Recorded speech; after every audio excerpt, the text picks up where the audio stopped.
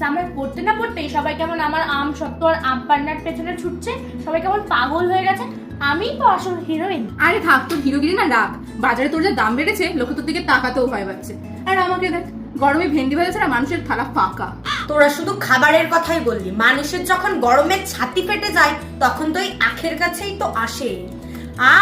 আখের রস মানে একেবারে ঠান্ডা ঠান্ডা কুল কুল। আরে থাম তোরা সবাই সাইড ক্যারেক্টার। আমি আসা মানে লোকের প্রাণ ঠান্ডা হয়, লোকেরা আমাকে কেটে ফ্রিজে রাখে শান্তি করে খাওয়ার জন্য। তুই শান্তি? হ্যাঁ, তুই আসলে বীজের ভান্ডার।